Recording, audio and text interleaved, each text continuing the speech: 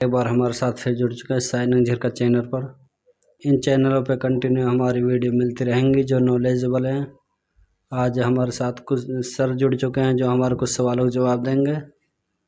Sir, मेरा आपसे पहला सवाल है कि जो अपना तिजारा के अंदर डंप यार्ड आया है फुल्लावास गाँव में, उसके अंदर डंप यार्ड आया है, तो उसके बारे में आप क्या कहना चाहोगे?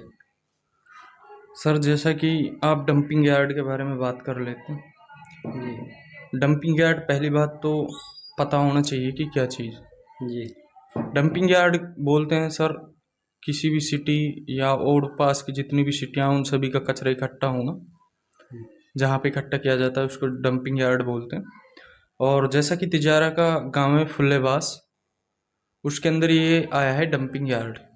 अब इसके लिए 82 बीघा जो ज़मीन है वो दी गई है और उसमें डंपिंग यार्ड आएगा। अगर ये डंपिंग यार्ड उसके अंदर बनता है तो ऐसा लग रहा है अनुमान कि बहुत ही ज़्यादा गंदगी फैलेगी और पर्यावरण हमारा प्रदूषित होगा। जो मेवात के नज़दीक ही है, आमतौर पर उसे भी मेवात ही बोलते हैं। उसके लिए हमें जागरूक होना पड़ेगा और सभी को आवाज़ें उठानी पड़ेंगी डंपिंग यार्ड के बारे में कि भाई डंपिंग यार्ड को बंद किया जाए। क्या हमारी मेवात को प्रदूषित करने का काम किया जा रहा है? तो इसलिए हमें एक साथ मिलकर आवाज़ उठानी पड़ेगी डंपिंग यार्ड के लिए भी। सर, जैसा कि अभी 2022 से जो चला आ रहा है कि मेड फैक्ट्री लगातार आ रही हैं, बूचड़ खाने आ रहे हैं मेवात के अंदर, तो अब सर डंपिंग यार्ड आना भी शुरू हो गए, तो हमारे पर्यावरण का क्या होगा? सर, जैसा कि पहले ही हमारे पास बहुत सी समस्याएं हैं, जैसे बूचड़ खाने की जो समस्याएं हैं और उनका अभी भी कोई रिजल्ट नहीं आया है, बंद होने की कोई संभावना ही नज़र नहीं आ रही हैं।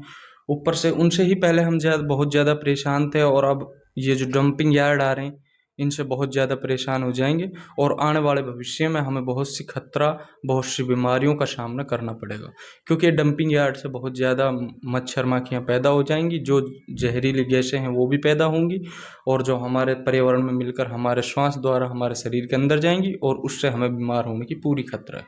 ये बीमारियाँ इन चीज़ों से बढ़ेंगी और हमारी हॉस्पिटल में दवाइयों की पहले कमियाँ हैं, तो इनके बारे में क्या कहना चाहोगे?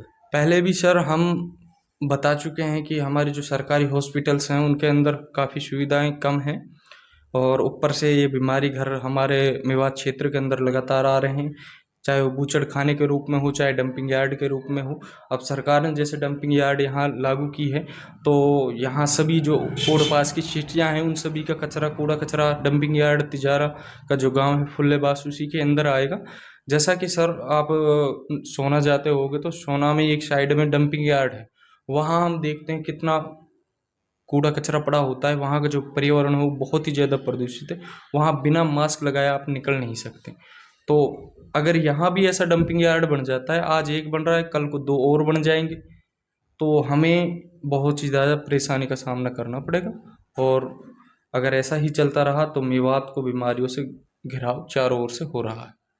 तो सर, जैसा कि अभी तो राजस्थान मेवात के अंदर बना डंपिंग यार्ड, हो सकता है कि हमारे दिल्ली नज़दीक लगती है और गुड़गांव नज़दीक शहर लगता है, हो सकता है कि हरियाणा मेवात में बन सकता है।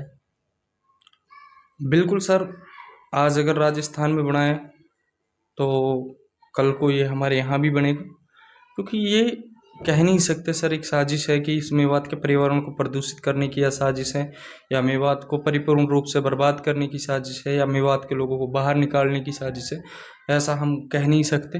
पर ये एक साजिश के तहत ही हो रहा है कि हर कचरे की जो चीज़ें हैं वो मेवात के अंदर आ रही हैं, फैसिलिटी डेवलपमेंट एरियाज़ वो और सिटियों के अंदर जा रहे हैं, जबकि मेवात को उनमें नाम ही नहीं है। हमने काफ़ी टाइम तक यूनिवर्सिटी मांगी, अब तक नहीं मिली।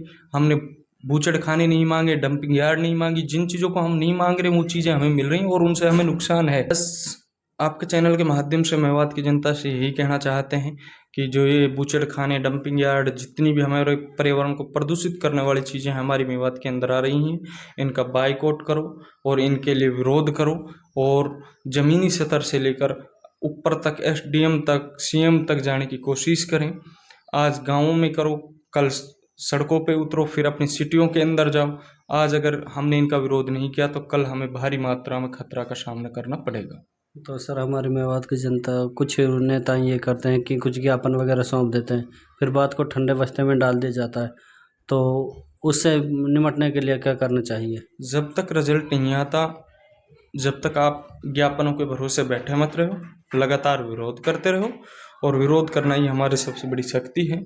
जैसे हमने अंग्रेज़ों के खिलाफ विरोध किया था, कभी अंग्रेज़ों के सामने नहीं झुके, आज भी हमें वही दौर दोबारा से आजमाना पड़ रहा है। आज भी हमें झुकने का टाइम नहीं लेना है, बिल्कुल भी हमें उतरना है और बाहर आना है। चाहे हमें यात्राएं करनी पड़ जाएं, चाहे हमें विरोध करना पड़े, चाहे हमें आंदोलन करना पड़े, सड़कों पे उतरो, अपनी मांगें रखो। और जब तक हमारी मांगों को पूरा नहीं किया जाता, जब तक मानो, कहने का मतलब ये मानना नहीं है, और लगातार अपना विरोध जारी रखना।